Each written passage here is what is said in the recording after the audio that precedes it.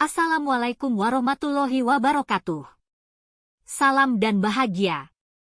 Perkenalkan, saya Ulfah dari SDN Tangerang 6 Kota Tangerang.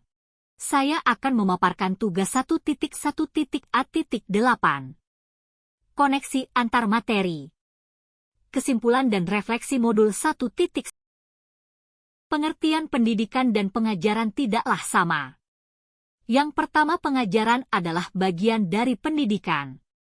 Yang kedua, pengajaran adalah proses pendidikan dalam memberi ilmu untuk kecakapan hidup anak secara lahir dan batin. Sedangkan pendidikan pada hakikatnya adalah menuntun, memberi tuntunan terhadap segala kekuatan kodrat yang dimiliki anak agar ia mencapai keselamatan dan kebahagiaan setinggi-tingginya, baik sebagai manusia maupun sebagai anggota masyarakat. Dan pendidikan menciptakan ruang bagi murid untuk bertumbuh secara utuh agar mampu memuliakan dirinya dan orang lain serta menjadi mandiri.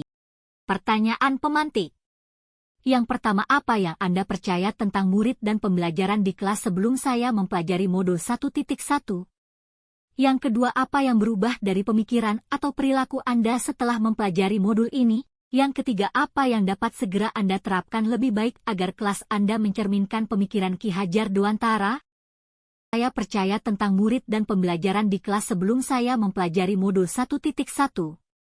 Yang pertama, pembelajaran berpusat pada guru. Yang kedua, pembelajaran hanya mengembangkan aspek kognitif. Yang ketiga, kurang memperhatikan karakter murid. Yang keempat, mengukur hasil belajar yang sesuai KKM, tanpa memperhatikan proses belajarnya.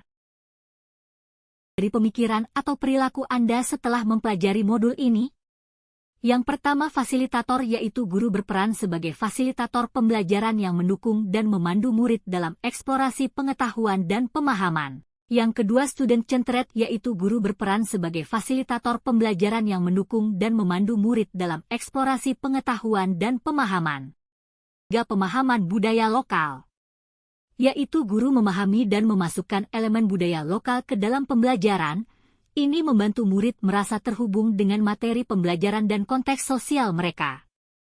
Yang keempat, memahami kodrat anak. Pendidikan yaitu menuntun segala kodrat yang ada pada anak-anak, agar mereka dapat mencapai keselamatan dan kebahagiaan yang setinggi-tingginya baik sebagai manusia maupun sebagai anggota masyarakat, yaitu pada kodrat anak yaitu kodrat alam dan kodrat zaman. Ubah dari pemikiran atau perilaku Anda setelah mempelajari modul ini? Yang pertama, menuntun sesuai kodrat alam dan kodrat zaman.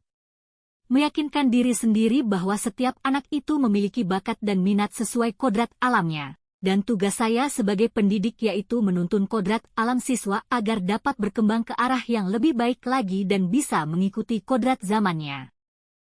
Yang kedua, pembelajaran berpusat pada siswa.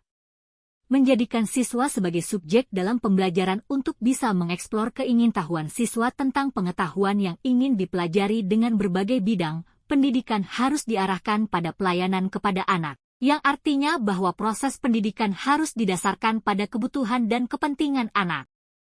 3. Menerapkan pembelajaran berbasis permainan.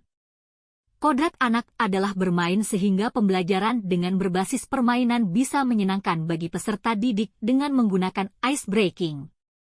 Yang keempat, pemahaman budaya lokal. Integrasi elemen budaya lokal dalam pembelajaran dapat membantu peserta didik merasa lebih terhubung dengan materi dan meningkatkan rasa identitas budaya lokal, lebih kepada contoh yang konkret dalam kehidupan sehari-hari.